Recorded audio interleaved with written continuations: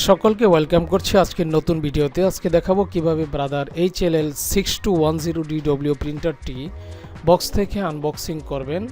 প্রথমে উপরের কভারটি কাটার দিয়ে বা কিছু দিয়ে কাটবেন। এরপর এখানে উপরেই কিছু ম্যানুয়াল দেখতে পাবেন, যেটা প্রিন্টারের বিভিন্ন অপারেশন সম্পর্কে এখানে সুন্দরভাবে লেখা আছে। একটা সিডি দেওয়া আছে, সফটওয়্যার সিডি। এরপরে দেওয়া আছে পাওয়ার কেবল, দুইটা USB কেবল। এই বিষয়গুলো প্রিন্টারের টপে আপনারা দেখতে পাবেন। এবার আমরা ককশিটগুলোর উপর থেকে সরিয়ে নেব। এবার প্রিন্টারটিকে এভাবে ধরে আমরা বক্স থেকে বের করে ফেললাম। এবার প্রিন্টারটি টেবিলের উপর রাখলাম। রাখার পর নিচের পলিপ্যাকটি আমরা সরিয়ে দেব। দেখতে পাচ্ছেন প্রিন্টারের এই লকে চাপ দিলেই আপনি ফ্রন্ট কভারটি খুলতে পারবেন, যেদিক দিয়ে টোনার এবং ড্রাম ইউনিট লাগানো হয়। দেখেন টোনার এবং ড্রাম ইউনিটটা আমি বের করছি।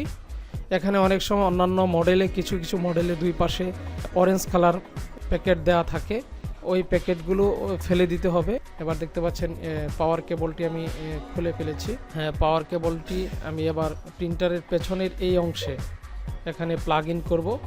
দেখতে পাচ্ছেন এবার প্রিন্টারে দেখতে পাচ্ছেন প্রিন্টারটি অন হয়ে যাচ্ছে পাওয়ার বাটনে প্রেস করার পর। এবার প্লিজ ওয়াইট লেখাটি আসছে, আমাদের কিছুক্ষণ অপেক্ষা করতে হবে।